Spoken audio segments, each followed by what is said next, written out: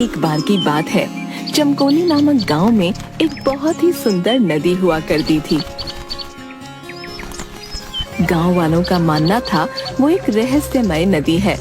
अक्सर इस नदी में से ढोल बजने की आवाजें आती थीं और अगर कोई भी गांव वाला उस नदी का पानी पी लेता तो वो जिंदा नहीं बचता था, जिसकी वजह से कोई भी गांव वाला उस नदी के पास नहीं जाता था। एक दिन जंगल के रास्ते से एक चरवाहा चला आ रहा था। तभी उसे बहुत तेज प्यास लगी। अरे भाई, इतनी गर्मी है, बहुत थक गया हूँ। प्यास भी जोरों की लगी है, लेकिन इस जंगल में तो कुछ दिखाई ही नहीं दे रहा है। थोड़ा आगे चलकर देखता हूँ, शायद कहीं पानी मिल जाए। जैसे ही वो आगे बढ़ने लगा, वहाँ से अचानक एक पागल बूढ़ा आ जाता है, जो देखने में काफी डरावना होता है। रुको, कहाँ जा रहे हो तुम? क्या तुम्हें नहीं पता आगे जाना मना है? इसलिए चले जाओ यहाँ से, वरना वो तुम्हें भी मार डालेगा। जाओ यहाँ से, चले जाओ। अरे बाबा, कौन है आप? मुझे बहुत तेज प्यास लगी है। लगता है आगे कोई नदी है। मैं पानी पीकर वापस आ जाऊंगा। हाँ। क्या कहा मूर्ख? आगे उस नदी के पास मत जाना, वरना तुम जिंदा नहीं बचोगे। हाँ, समझे? जाओ यहाँ से, वरना तुम्हारा विनाश होना संभव है। जिसके बाद बड़े गुस्से में वो पागल बूढ़ा वहाँ से चला जाता है। अरे, लगता है ये बाबा पागल हो गया है। मुझे बहुत तेज प्यास लगी है। अगर इस बाबा की बातों में आया तो प्यास से ही मर जाऊंगा। हाँ। और चरवाहा आगे नदी की ओर बढ़ जाता है। थोड़ी दूर जंगल में चलते ही उसे बहुत सुंदर नदी दिखाई देती है। अरे, वो रही नदी। देखने में तो कितनी सुंदर लग रही है। हाँ। अरे वाह वाह वाह, इसका पानी पीने में कितना अच्छा होगा। आहा। तभी वो उस नदी के पास जाता है और जैसे ही वो पानी पीने के लिए अपने हाथ नदी में डालता है, अचानक से कोई विचित्र सा दिखने वाला हाथ उसे नदी में अपनी तरफ खींच लेता है और चरवाहा चिल्लाते हुए नदी में डूब जाता है। तभी ढोल बजने की अजीब सी आवाज पूरे गांव को सुनाई देने लगती है और गांव के कुछ लोग ये आवाज सुनकर दुखी हो जाते हैं। तभी गांव के दो लोग आपस में बात करते हुए, अरे धन्नू भाई, सुना तूने? ये आवाज उसी मायावी नदी की है। जब वो नदी किसी को अपना शिकार बना लेती है तो यही ढोल बजने की आवाजें आने लगती हैं। हाँ हाँ भाई, कह तो बिल्कुल ठीक रहे हो। लगता है फिर से इस मायावी नदी ने किसी को अपना शिकार बना लिया। भैया भाई, अब तो बहुत डर लगता है यार। उस नदी की तरफ जाते हुए बहुत डर लगता है। न जाने कब किसे वो नदी अपना शिकार बना ले। दोनों बहुत उदास हो जाते हैं। उसी गांव में जमुना नाम की एक बूढ़ी अम्मा रहती थी। तभी उसका पोता गौरव शहर से गांव आता है और पूरा गांव घूमने के लिए अपनी दादी से कहता है, दादी माँ, मैं कितने दिनों के बाद शहर से आया हूँ। मैं चाहता हूँ मैं अपना ये पूरा गांव देखूं।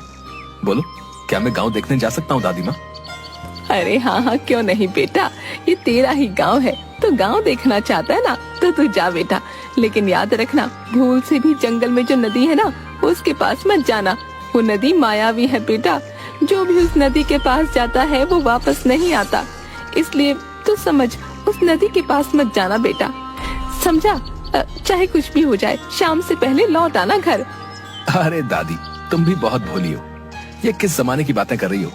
ये मायावी नदी? अरे नहीं नहीं दादी, ऐसा कुछ भी नहीं होता है। तुम चिंता मत करो, मैं जल्दी ही वापस लौट आऊंगा। अच्छा, अब मैं चलता हूँ। जिसके बाद गौरव वहाँ से गांव की ओर चल देता है। अरे बेटा, तू नहीं जानता, उस नदी का रहस्य बहुत ही भयानक है बेटा। बस यही प्रार्थना करती हूँ, भगवान तेरी रक्षा करे। हाँ। गौरव गांव के रास्ते होते हुए जंगल पहुँचता है। अरे, ये तो मैं काफी दूर निकल आया हूँ, लेकिन ये जंगल इतना खाली क्यों है? आसपास कुछ नजर भी नहीं आ रहा है, यहाँ तक कि कोई जानवर भी नहीं। थोड़ा आगे चलकर देखता हूँ। जैसे ही गौरव आगे बढ़ता है, उसे वही पागल बूढ़ा नजर आता है। वो अचानक से उसका रास्ता रोक लेता है। कहाँ जा रहा है तू लड़के? आगे उस मायावी नदी के पास मत जाना। हाँ, वो एक छलावा है। छलावा तुझे जिंदा नहीं छोड़ेगा वो, समझा? मैं कहता हूँ वापस लौट जा यहाँ से। जिसके बाद बड़े गुस्से में वो पागल बूढ़ा वहाँ से चला जाता है। अरे कैसा पागल बूढ़ा है, देखने में तो इतना भयानक लगता है। ये बुढ़ा सठिया गया है, कुछ भी बोल रहा है। लगता है आगे नदी के पास चलकर देखना ही होगा कि आखिर माजरा क्या है। अरे कितनी सुंदर नदी है ये। नदी तो मैंने पहले कभी नहीं देखी। वाह वाह, इतनी सुंदर नदी। तभी अचानक से गौरव को एक आवाज सुनाई देती है, जैसे कोई आदमी बहुत जोर जोर से रो रहा हो। अरे ये किसकी रोने की आवाज आ रही है? तभी वो देखता है कि एक साधु बूढ़ा वहाँ बैठा रो रहा है। गौरव उस आदमी के पास जाता है। कौन हो तुम? रो क्यों रहे हो? और यहाँ इस जंगल में क्या कर रहे हो? मेरी मदद करो बेटा, वो एक छलावा है, मैं बहुत तकलीफ में हूँ, मेरी मदद करो। मेरी कोई गलती नहीं है, मैं निर्दोष हूँ, मेरी मदद करो मेरी। अरे लेकिन आप हैं कौन, बताओ तो सही, और क्या मदद चाहिए आपको बाबा? गौरव को एक और आवाज सुनाई देती है। गौरव पीछे मुड़ के देखता है कि वही पागल भयानक दिखने वाला बूढ़ा होता है जो गौरव को जंगल से लौट जाने को कह रहा था। तुम यहाँ क्या कर रहे हो लड़के? तुमसे बोला है ना जाओ यहाँ से, वरना ये मायावी नदी तुम्हें भी अपने माया जाल में फंसा लेगी। हाँ चलो जाओ यहाँ से। बाबा मैं तो बस जा ही रहा था, वो तो मुझे ये बूढ़ा साधु रोते हुए दिखाई दिया, इसलिए मैं यहाँ आ गया। कौन? लड़के किसकी बात कर रहे हो तुम? यहाँ तो कोई रोता हुआ नजर ही नहीं आ रहा है। मैं कहता हूँ चले जाओ यहाँ से। तभी गौरव अपनी गर्दन घुमाकर पीछे देखता है और देखता है कि सच में वहाँ कोई नहीं है।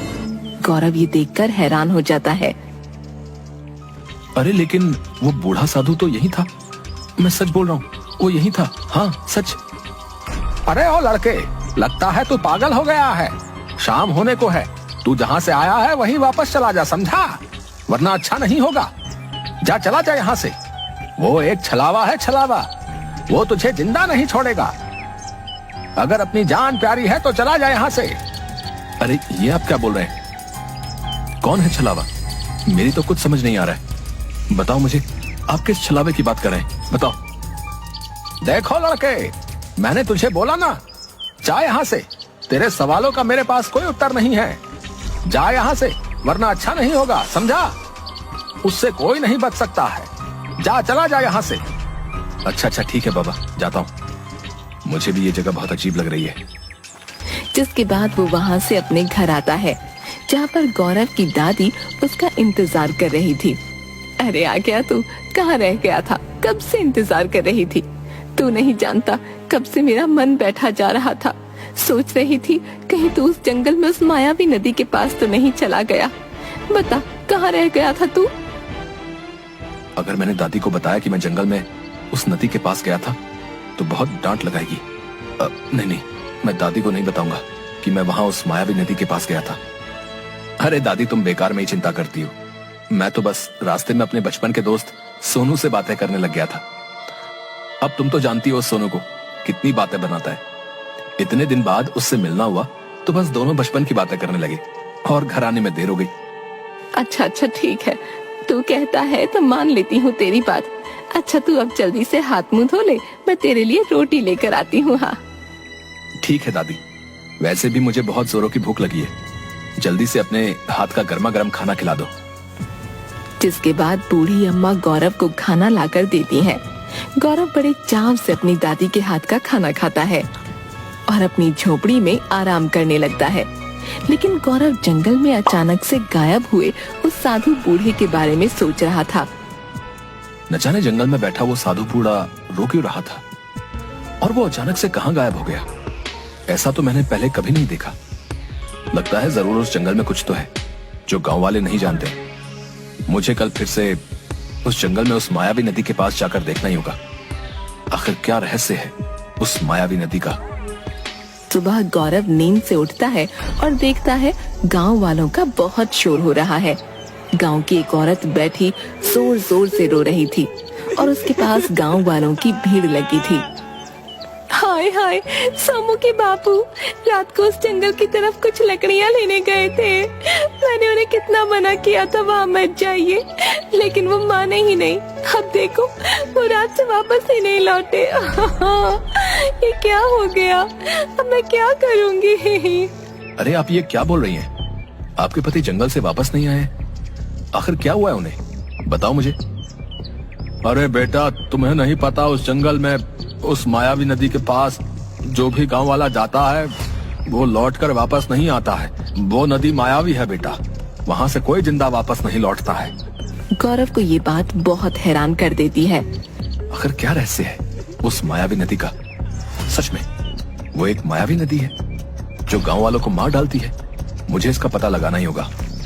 गौरव जंगल में मायावी नदी के पास जाता है और शाम हो जाती है कि अचानक से गौरव को किसी की आवाज सुनाई देती है, मानो कोई किसी की आराधना कर रहा हो। ओम द्वितीय देव प्रसन्न हो, ओम द्वितीय देव प्रसन्न हो, ओम द्वितीय देव प्रसन्न हो, आओ मेरे समक्ष प्रस्तुत हो। अरे ये अजीब सी आवाजें कहाँ से आ रही है? चलते चलते गौरव जंगल में मायावी नदी के पास चला जाता है और वो जो देखता है उसे देखकर गौरव हैरान रह जाता है। वो देखता है कि वही पागल बूढ़ा एक बहुत बड़े राक्षस की तस्वीर के आगे बैठा है, आराधना कर रहा है और वहाँ पर कई शव रखे हुए हैं। ओम द्वितीय देव प्रसन्न हो, आज बस एक और इंसान की बलि देनी बाकी है आपको, फिर उसके बाद आप प्रसन्न हो जाएंगे और मुझे संसार में सबसे अधिक शक्तिशाली होने का वरदान मिल जाएगा। ये सब देखकर गौरव के होश उड़ जाते हैं। ये सब यहाँ क्या हो रहा है? ये तो वही पागल बूढ़ा है, लेकिन ये यहाँ ऐसे, और इसके पास इतने सारे इंसानी शव यहाँ क्या कर रहे हैं? यहाँ किसे प्रसन्न करने की कोशिश कर रहा है ये? कौन है ये राक्षस? मेरी तो कुछ समझ में नहीं आ रहा है। कि तभी फिर से किसी के रोने की आवाज सुनाई देती है। अरे तो बिल्कुल वैसे ही रोने की आवाज है जैसे मैंने कल सुनी थी। गौरव अपनी उल्टी दिशा की तरफ चलने लगता है और देखता है वही बूढ़ा साधु नदी किनारे बैठा रो रहा होता है। गौरव उसके पास जाता है। अरे तुम तो वही साधु हो ना जो कल यहाँ बैठे रो रहे थे, और अचानक से तुम गायब कैसे हो गए थे? आखिर कौन हो तुम? बताओ मुझे, तुम रो क्यों रहे हो? मैं तुम्हारे बारे में जानना चाहता हूँ, बताओ मुझे। मेरी मदद करो बेटा, मुझे मुक्ति दिलाओ। मैं तो कई साल पहले ही मर चुका हूँ, लेकिन मेरी आत्मा आज भी यहीं भटक रही है। उस पापी को जब तक उसके किए की सजा नहीं मिलेगी, मेरी आत्मा यूं ही भटकती रहेगी, इसे कभी शांति नहीं मिलेगी। ये तुम क्या बोल रहे हो? क्या तुम सच में मर चुके हो? लेकिन कैसे? आखिर कैसे? और कौन है वो पापी जिसे तुम सजा दिलाना चाहते हो? बताओ मुझे। बेटा, बहुत साल पहले की बात है। मेरे पिताजी रायगढ़ के एक पुजारी थे। हम दो भाई थे। पिताजी ने हम दोनों भाइयों को एक समान ही सीख दी थी। मैं बचपन से ही बहुत होशियार और सीधा था, लेकिन मेरा भाई नीलनाथ उतना ही चालाक और घमंडी था। उसे बचपन से ही सबसे शक्तिशाली बनना था, इसलिए उसने इसका गलत रास्ता अपनाया। वो दिति नामक राक्षस की पूजा करने लगा और उस राक्षस को खुश करने के लिए इंसानों की बलि देने लगा। जब ये बात मुझे पता चली तो मैंने पिताजी को ये बात बता दी और पिताजी ने सभी गांव वालों के सामने उसको बेइज्जत करके गांव से निकाल दिया। तब से नीलनाथ मेरा भाई मेरी जान का दुश्मन बन गया और उसके दिति राक्षस को खुश करने की विधि भी अधूरी रह गई। एक दिन जब मैं इस गांव में ईश्वर की तपस्या करने आया तो मेरा भाई नीलनाथ, जो पहले से ही इस गांव में दिति राक्षस को खुश करने के लिए उसकी आराधना कर रहा था, एक दिन उसने मुझे इस नदी के किनारे तपस्या करते हुए देख लिया और उसमें मुझसे बदला लेने की भावना जागृत हो गई। एक दिन वो पापी दिति राक्षस को खुश करने के लिए नदी किनारे आए लोगों की बलि देने का षड्यंत्र रचने लगा और एक एक करके कई गांव वालों को मौत के घाट उतार दिया। लेकिन उसने इस सब का दोष मेरे माथे लगा दिया और उसने मुझे इसी गांव के लोगों के हाथों मरवा दिया। मैं तो कई साल पहले ही मर चुका हूं बेटा। अब मैं एक आत्मा हूं जो तुमसे बात कर रहा हूं, लेकिन मेरी आत्मा को आज भी मुक्ति नहीं मिली है। मैं तब से यही इसी जंगल में भटक रहा हूं। गौरव ये सुनकर हैरान रह जाता है। ये तुम क्या कह रहे हो? क्या सच में तुम्हारा दुष्ट भाई नीलनाथ ही तुम्हारी हत्या का जिम्मेदार है? लेकिन इस जंगल में मायावी नदी में जो भी पानी पीने आता है उसकी मृत्यु का क्या कारण है? क्या सच में एक मायावी नदी है? बताओ मुझे। नहीं बेटा, ये कोई मायावी नदी नहीं है, बल्कि गांव वालों की मौत के पीछे मेरे दुष्ट भाई नीलनाथ का ही हाथ है। वही दिति राक्षस की पूजा करके उसे खुश करके सबसे शक्तिशाली होने का वरदान मांगना चाहता है। जिसके लिए वो दिति राक्षस को इंसान की बलि चढ़ाया करता है। अब बस उसकी ये आराधना पूरी होने को है। अब उसे अपने आखिरी शिकार की आवश्यकता है, जिसकी बलि देकर वो दिति राक्षस को प्रसन्न कर लेगा और उसे इस संसार में सर्वशक्तिमान का वरदान मिल जाएगा। वो पापी इस संसार में सबसे अधिक शक्तिशाली होना चाहता है और ऐसा होने के लिए अब बस उसे मात्र एक ही बलि देनी है, जिसके बाद वो दुष्ट सर्वनाश कर देगा। ये तुम क्या बोल रहे हो? क्या सच में वो दुष्ट और पापी साधु इतना खतरनाक है? वो ये सब कैसे करता है, बताओ मुझे। जब इस गांव के लोग इस जंगल में आते हैं और जब उन्हें प्यास लगती है तो वो इस नदी का पानी पीने यहाँ अवश्य ही आते हैं, जिसका फायदा वो दुष्ट नीलनाथ उठाता है। वो पहले से ही इस नदी के अंदर मौजूद रहता है और जब कोई पानी पीने के लिए नदी में अपने हाथ डालता है तो वो उन्हें अंदर इस नदी में खींच लेता है और अपनी दिव्य शक्ति से उन्हें बेहोश कर देता है। ऐसा करके वो दिति राक्षस को गांव वालों की बलि दे देता है। अब बस उसकी ये आराधना पूरी होने को है।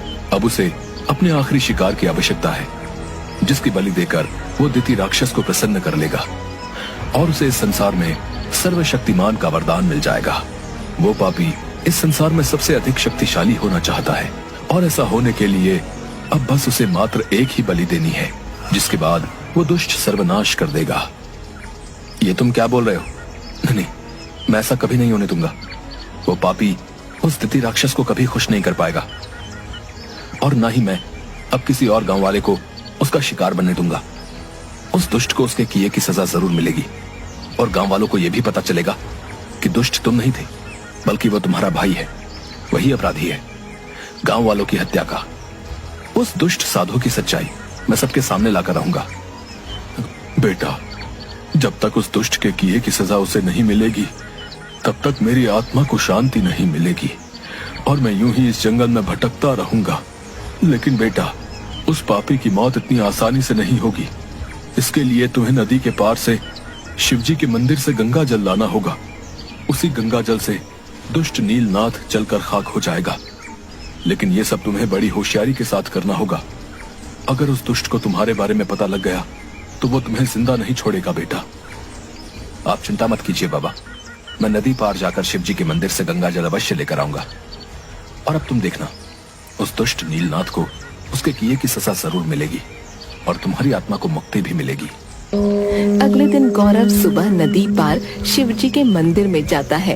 वो देखता है एक बहुत ही सुंदर शिवजी का मंदिर है, जहाँ एक पुजारी बैठा था। पुजारी जी, मैं मायावी नदी के उस पार से आया हूँ। मुझे शिवजी का अमृत गंगा जल दे दीजिए। इस गंगा जल से मुझे एक दुष्ट का सर्वनाश करना है। सर्वनाश? आखिर बेटा तुम किस दुष्ट की बात कर रहे हो? बताओ हमें, क्यों तुम्हें शिवजी का अमृत गंगा जल चाहिए? जिसके बाद गौरव पुजारी को सारी बात बताता है। हाँ हाँ, क्यों नहीं बेटा, मैं अवश्य ही तुम्हें शिवजी का अमृत गंगा जल दे देता हूँ। ये तुम्हारी उस दुष्ट का नाश करने में अवश्य ही सहायता करेगा। जिसके बाद पुजारी गौरव को गंगा जल देते हैं और गौरव वहाँ से चल देता है।